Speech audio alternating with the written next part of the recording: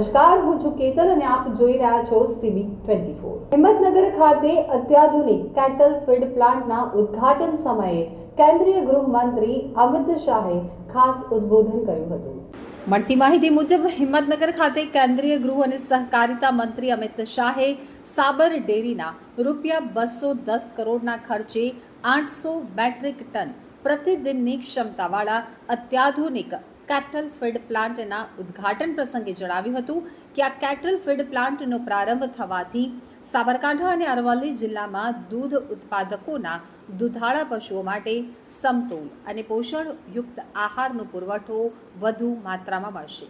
એટલું જ નહીં, ભૂરા કાકાએ 60 વર્ષ પહેલા જે બીજ વાવ્યું હતું એ આજે સાબર ડેરી તરીકે વટવૃક્ષ બન્યું છે।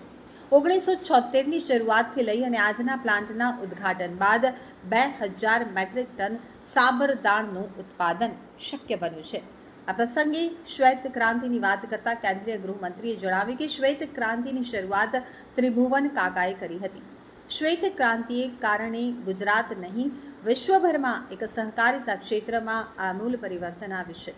વર્ષ 1970માં માથાદીઠ 40 ગ્રામ પ્રતિ વ્યક્તિ દૂધ ઉપલબ્ધ થતું હતું, જ્યારે આજે 2023-24માં સમગ્ર દેશમાં માથાદીઠ 167 ગ્રામ દૈનિક દૂધ ઉપલબ્ધ કરાવવામાં આવી રહ્યું છે।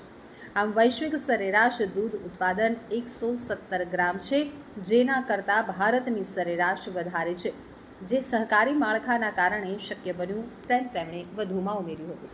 તો અમિત શાહે પ્રાકૃતિક ખેતી ઉપર ભાર મૂકી સમાજનું સ્વાસ્થ્ય અને આવક વધારવા અપીલ કરી હતી। પ્રાકૃતિક કૃષિની વાત કરતા જણાવ્યું હતું કે પ્રાકૃતિક ખેતી આવનારા દિવસોમાં ખેડૂતોની સમૃદ્ધિનું કારણ બનવાની છે। આ પ્રાકૃતિક ખેતી લોકોને કેન્સર, ડાયાબિટીસ અને બીપીથી મુક્ત બનાવશે। તેમણે વધુમાં ઉમેર્યું હતું, મહિલા પશુપાલકોને પ્રાકૃતિક ખેતી તરફ વળવા અપીલ કરતા કહ્યું કે મહિલા પશુપાલકોએ જીવામૃત નાખી અને પ્રાકૃતિક ખેતીની શરૂઆત કરવી જોઈએ। પહેલા વર્ષે નફો થોડો ઓછો થશે, પરંતુ બીજા અને ત્રીજા વર્ષે સરભર થઈ જશે।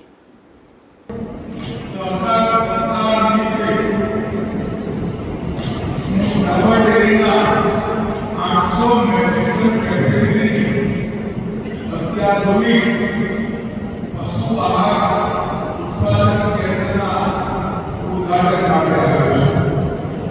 અહીં આવતા પહેલા મેં 9 અલગ પ્રકારના દરેક તાલુકામાંથી એવી દૂધ ઉત્પાદક બહેનો જોડે વાત છે। કોઈની જોડે જવાય નથી, કોઈ ગૌશાળામાં કાર્યક્રમ કરતા હતા, કોઈની જોડે 20 એકર જમીન 2 એકર ચાલવા માટે વાપરે, કોઈની જોડે 3 એકર જમીન 2.5